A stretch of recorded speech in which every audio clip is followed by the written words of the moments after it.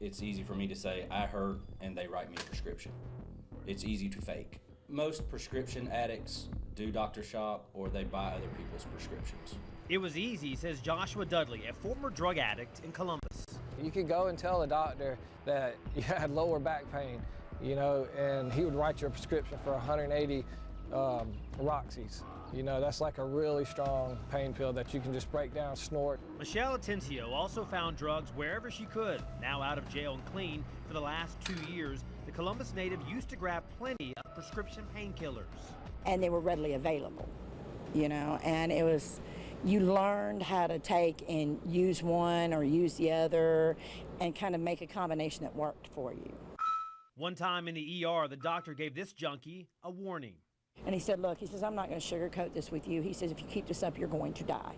But a small percentage of health professionals don't have the patient's or the addict's best interest at heart. If I can give a doctor $300 to write me a prescription and he's never seen me before, it's greed. Muskogee County Sheriff's investigator Johnny Ellerby describes a pill mill as a medical official or facility prescribing or dispensing narcotics without a legitimate medical purpose. And one of those massive pill mills was run out of the Relief Institute of Columbus in 2011. That's according to indictments this year in Albany, Georgia's federal court. Prosecutors there say the so-called clinic dispensed millions of oxycodone and hydrocodone pills to patients from Florida to Ohio. It's either doctors or nurses, PAs, anybody that can get a hold of a prescription pad.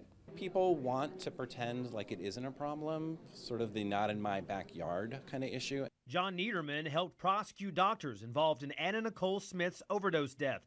The Los Angeles County Deputy DA says it's not just addicts conning doctors, but also some health professionals and pain clinics giving meds with no questions asked for profit. That's why he traveled across the country to give tips to police and attorneys at the National Prescription Drug Summit in Atlanta.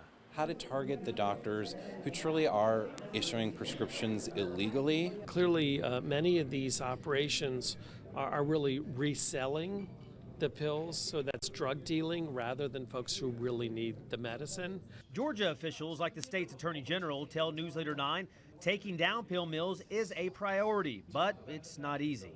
To convince a jury beyond a reasonable doubt that a doctor is guilty of a crime for what we perceive as them acting within the normal scope of their everyday business it's a difficult sell to a jury. It is less than 1% of the population of doctors and pharmacists, but they are the ones who are feeding into the community far more product than is ever appropriate for practicing good medicine. But we have certainly made arrests where several hundreds of pills have been involved that belong to other people. Drug agents tell me even a small bottle of narcotics like this could go for hundreds and hundreds of dollars out on the streets. Here on the 4th floor of the Government Center in downtown Columbus, there's a drop-off box where you can go and take your unused prescription drugs. And patients are not the only ones being held accountable. An orthopedic surgeon would have an average of 189 pills per prescription. Pharmacists talked about it for workshops at the summit, where we also sat down with a national leader for the Drug Enforcement Administration, which regulates 1.6 million physicians, pharmacies, manufacturers, and distributors. His simple message to them: Folks, you're part of the source of this issue, so you need to be with us as a solution on this issue. Are they cured because you refuse to dispense? Are they going to the next pharmacy, or are they on the street looking for it? Or are they getting heroin?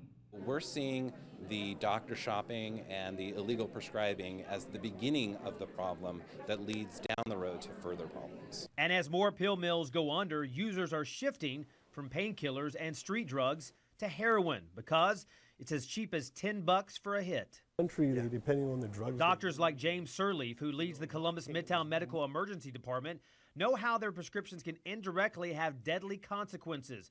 They try not to overprescribe, but there's also fraud. Just this week, I was called by a pharmacy. Somebody had taken my license and DEA information, and they were calling prescriptions and narcotics in my name.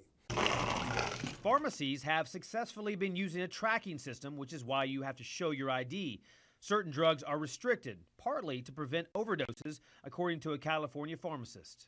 Hydrocodone was rescheduled to be more controlled a couple of years ago, and then in California we started tracking tramadol. Law enforcement also have ideas on how to prevent these pill mills or doctor shopping. There would have to be some kind of computer database that says Jason Dennis has been to this doctor. So when he comes to this doctor, it says, hey, you've already been over here, so we can't see you. There have been reports of music icon Prince struggling with opioid addiction for years, even days before his death. In our second special report, you'll meet a former drug dealer from Columbus, plus a mother and father who buried their sons and how they all turned tragedy into action.